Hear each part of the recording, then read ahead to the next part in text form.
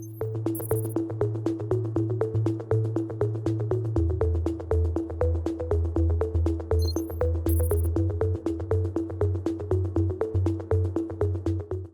afternoon, everyone. My name is Peng Shi from University of Wisconsin-Madison. I know it's a bit of cliche by repeating, thanking the organizers, but I think it's well deserved. Thank you guys for putting together this great event and also give me the opportunity to share some of my recent work. This is work jointly done with two collaborators from University of International Business and Economics, Zhengxiao Li and Yifan Huang. Unfortunately, neither of them can make it here, so I'll represent the team to share some results. So today I will talk about how to incorporate weather information into insurance rate making and product management. This is a very preliminary work. Certainly comments and questions welcome. I'll give you a brief roadmap. I'll start with a classic actual pricing model. In particular for short-term insurance.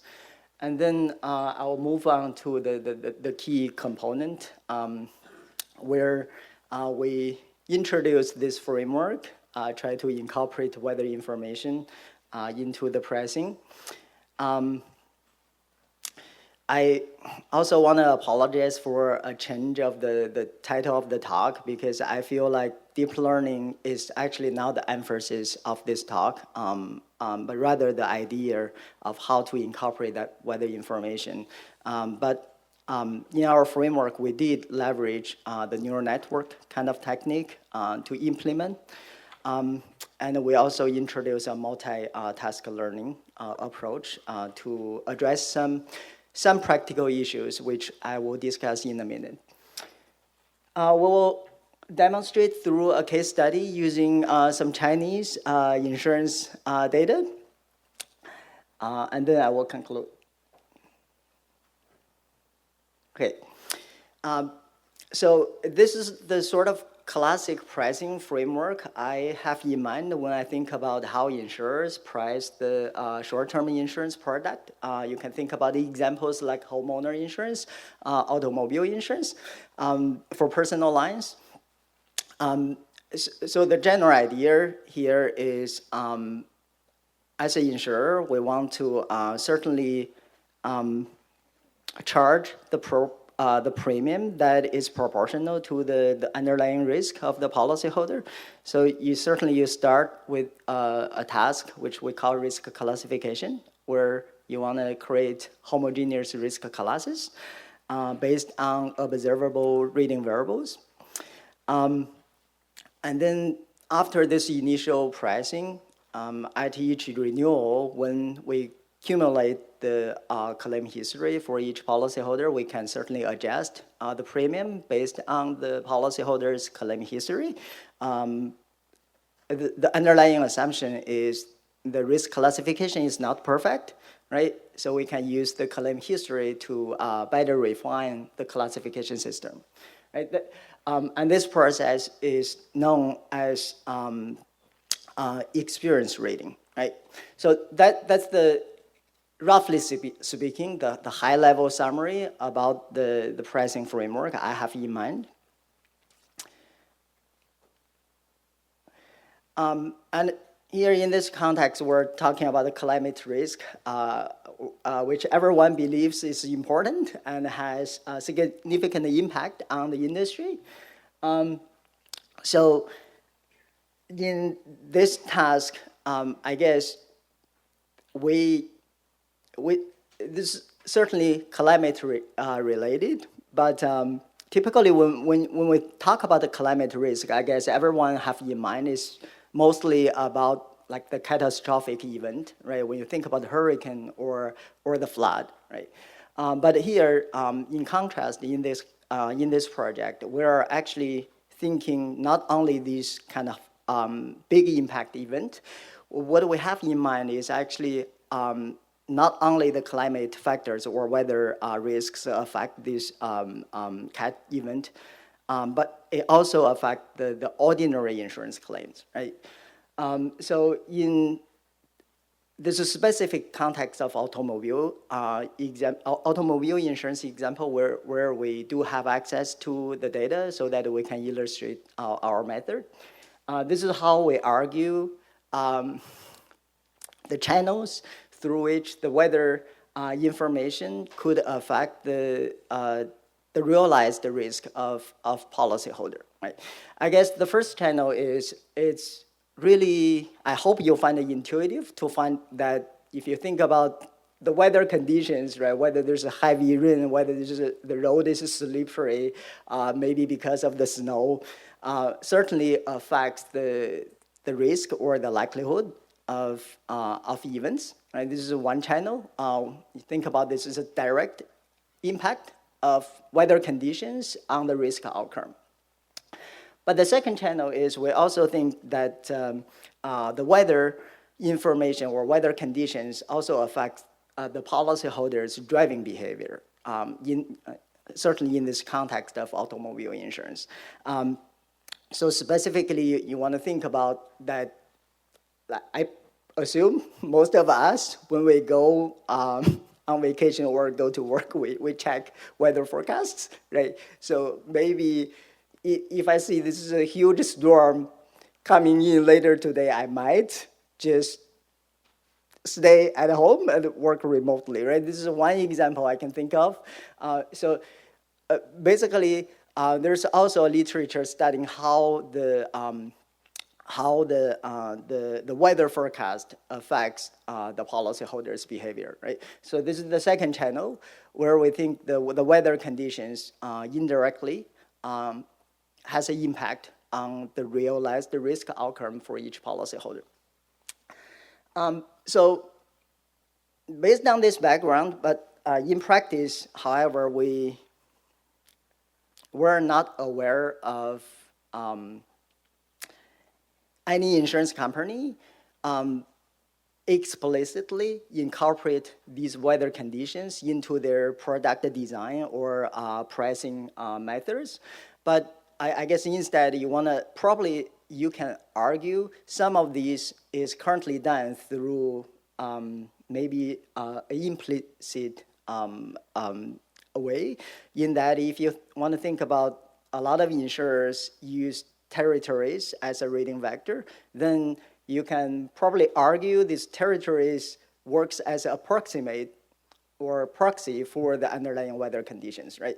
But here, our goal, or what we're trying to do is to see whether we can directly or implicitly incorporate the measured or the weather conditions that we can easily measure into this pricing framework, into the product design. And at the same time, we also want to maintain the interpretability of the classic actuarial model. That's the sort of goal we have in mind when we started on this project. Sorry. Okay. So as I mentioned earlier, so this is the goal for our project, right? We want to develop a framework that allows us to incorporate weather information into rate making. So I want to give you a high-level overview about our approach. Later you will see. I won't get into the technical details. So the approach we take is a varying coefficient framework. This is, as you will see, this is a very straightforward framework where we build on the classic actuarial loss model, and then incorporate the weather information by allowing the premium relativity to be a function or to vary by the weather conditions. But in practice, when we price the risks for the future coverage, you will be aware that there's a kind of information mismatch issue in that the future, the information regarding the future weather condition is not observed yet at the time of the pricing, right? So that motivates this second piece, this auxiliary learning framework, where we try to make an adjustment so that we can make sort of forward-looking decision-making. So that's a high-level summary. I'll get into the detail now. So this is the setting we're considering. Think about a portfolio of policyholders. And then for all these policyholders are followed over time. So you observe these policyholders over time, right? The outcome variable we focus on here that we use to measure the risk in the context of automobile insurance is the number of claims by each policyholder. And on top of that, we have access to a set of rating variables. In this context, you want to think about policyholder and maybe automobile characteristics.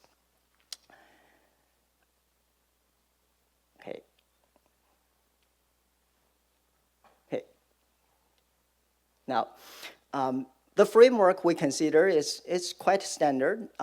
If you're, I guess, academic actually working in the non-life insurance field, or you're pricing actuary, you might know this classic Poisson gamma model. So basically speaking, we're using the Poisson distribution to describe the number of claims from each policyholder. And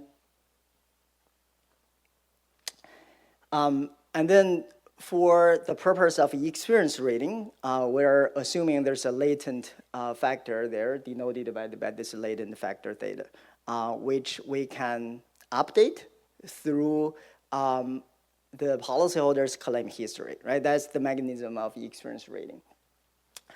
But the important part here is there are sort of two types of heterogeneity across the policyholders.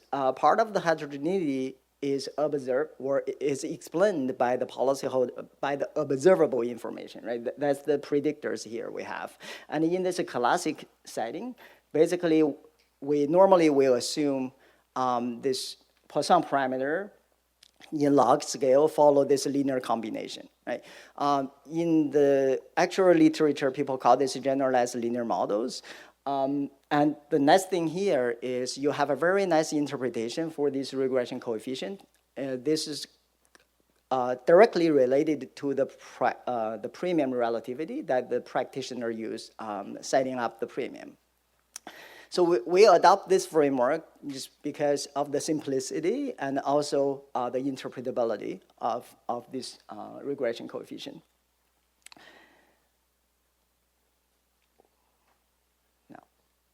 Next, I want to explain this is how we think about the problem, right?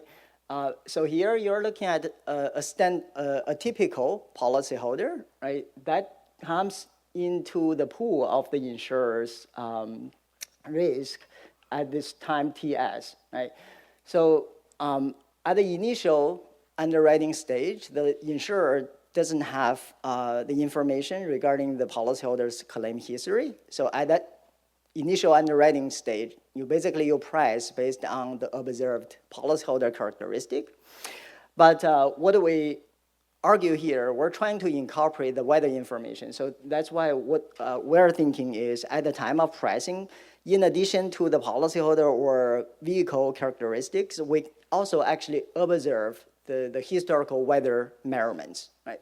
So that's the sort of information we are trying to incorporate. And we decided we're going to use the historical weather information over T-year period. Over H-year period, right? But things change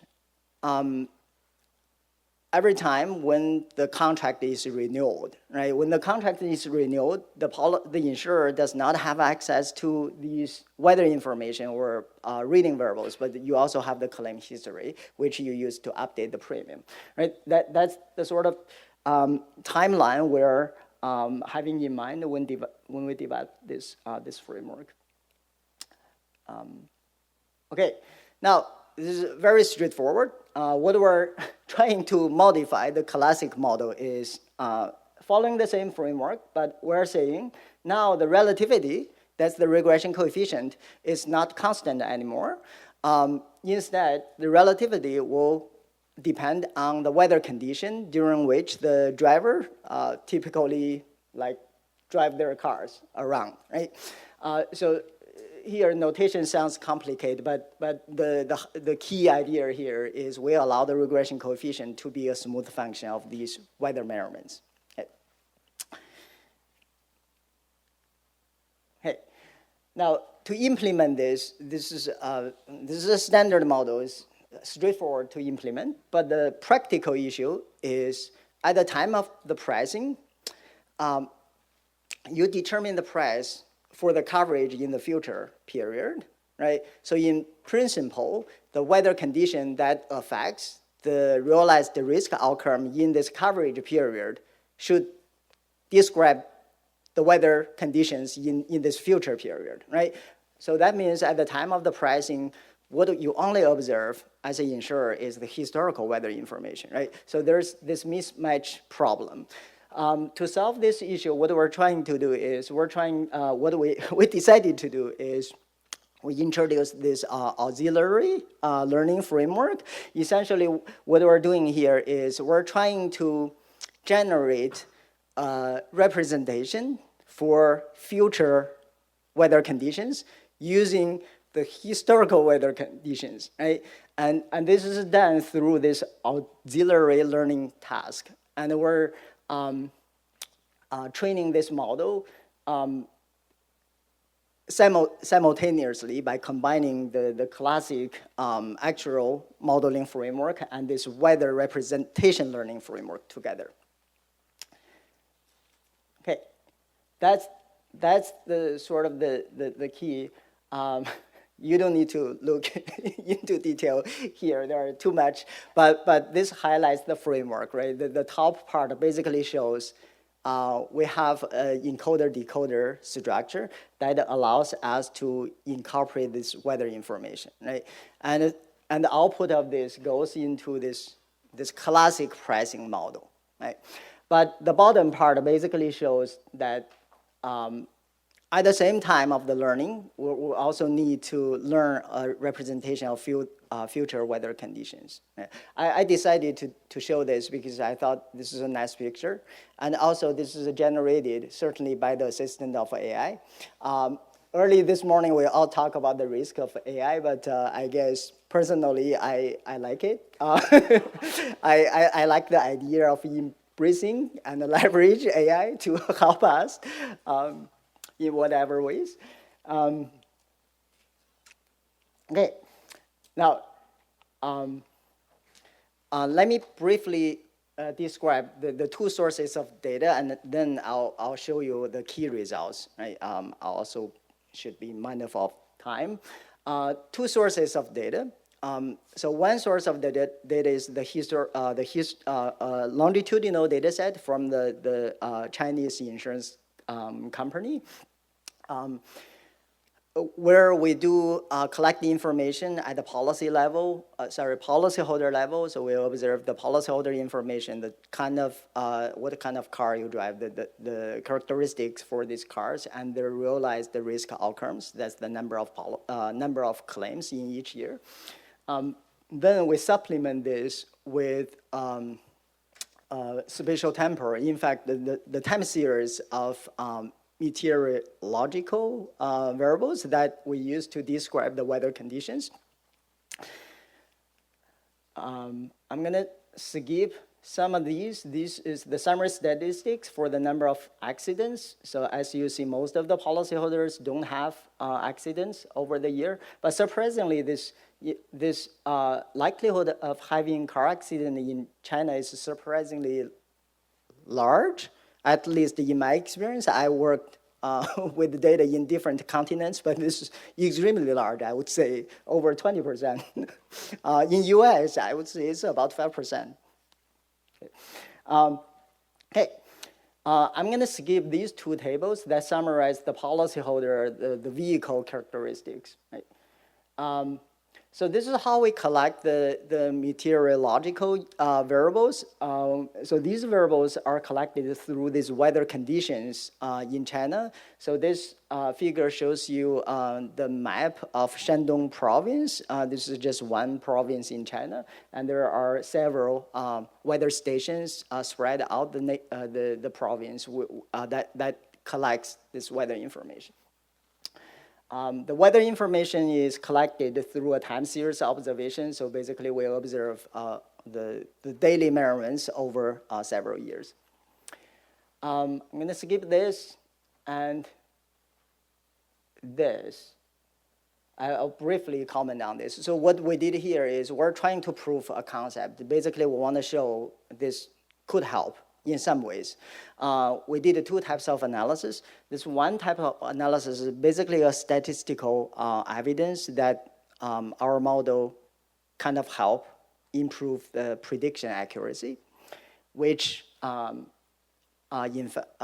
which actually might not be interested by the insurer, but this is the sort of the key thing we'll try to emphasize. What are the key implications by incorporating this weather information? So we're trying to argue that that now with this information incorporated in the relativity, then this changed the underlying assumption of the premium relativity. In the classic setting, we basically assume the premium relativity is constant across policyholders within the homogeneous risk class, right? But this is saying even within the same risk class where you used to charge the same premium for all these individual policyholders, we're showing that the relativity now varies by policyholders through the weather conditions under which the policyholder operate their vehicle, right? That's the key implication. And then we're also did a sort of comparison between our proposed premium versus the premium the insurance company currently charge.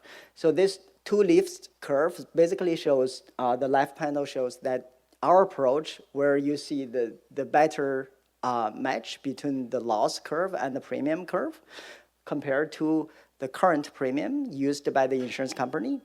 And also the proposed premium kind of exhibit a sharper like slope, indicating this is a better separation between the low risk and the high risk. Right?